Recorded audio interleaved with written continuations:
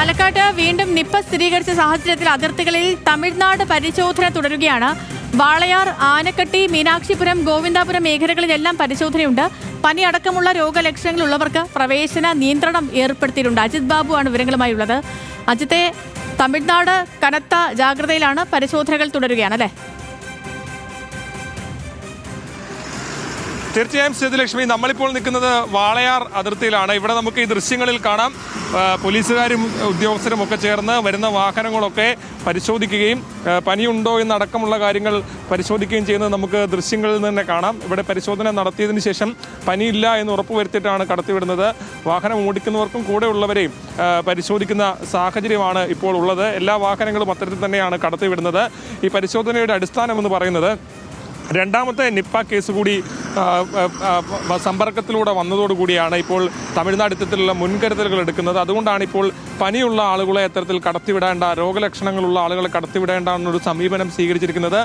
തമിഴ്നാട് പറയുന്നത് ഇതൊരു ജാഗ്രതയുടെ ഭാഗമായിട്ടുള്ള സമീപനമാണെന്നുള്ളതാണ്. പ്രത്യേകിച്ചും കേരളത്തിൽ നിന്ന് വരുന്നവർ ഇത്തരത്തിൽ ഇവിടെ ഈ സാഹചര്യങ്ങൾ, പ്രത്യേകിച്ച് 17 കണ്ടെയ്ൻമെൻറ്റ് സോൺ ഉൾപ്പെടെയുള്ള സാഹചര്യത്തിൽ ഒരു ജാഗ്രതയുടെ ഭാഗമായിട്ടാണ് ഇത്തരത്തിലൊരു സമീപനം സ്വീകരിക്കുന്നതെന്നാണ് പറയുന്നത്.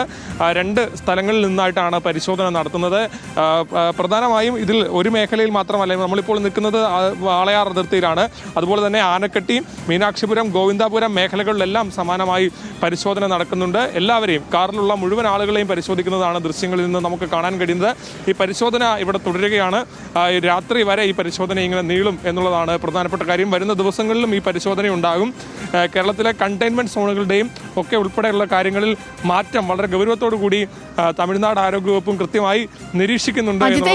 ജില്ലയിലെ സാഹചര്യം എങ്ങനെയാണ് അജിത്തെ? കാരണം ഈ നിപ്പ സ്ഥിരീകരിക്കപ്പെട്ടതിന് പിന്നാലെയുള്ള ഒരു സാഹചര്യം എന്താണ്?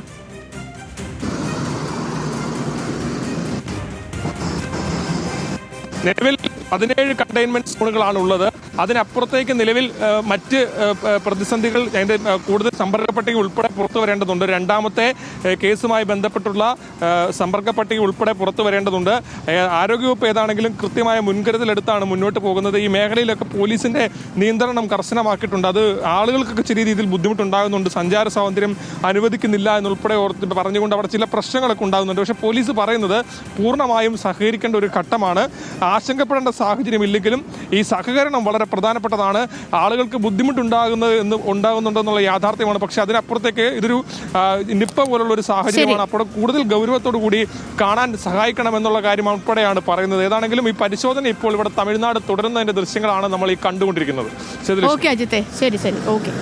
ഇപ്പൊ നിപ്പയുമായി ബന്ധപ്പെട്ട് തമിഴ്നാട് ഇപ്പം കടുത്ത ജാഗ്രതയിലാണ്. അവിടെ പരിശോധന, അതിർത്തി കടന്ന് വരുമ്പോൾ പരിശോധനയൊക്കെ ശക്തമാക്കിയിട്ടുണ്ട്.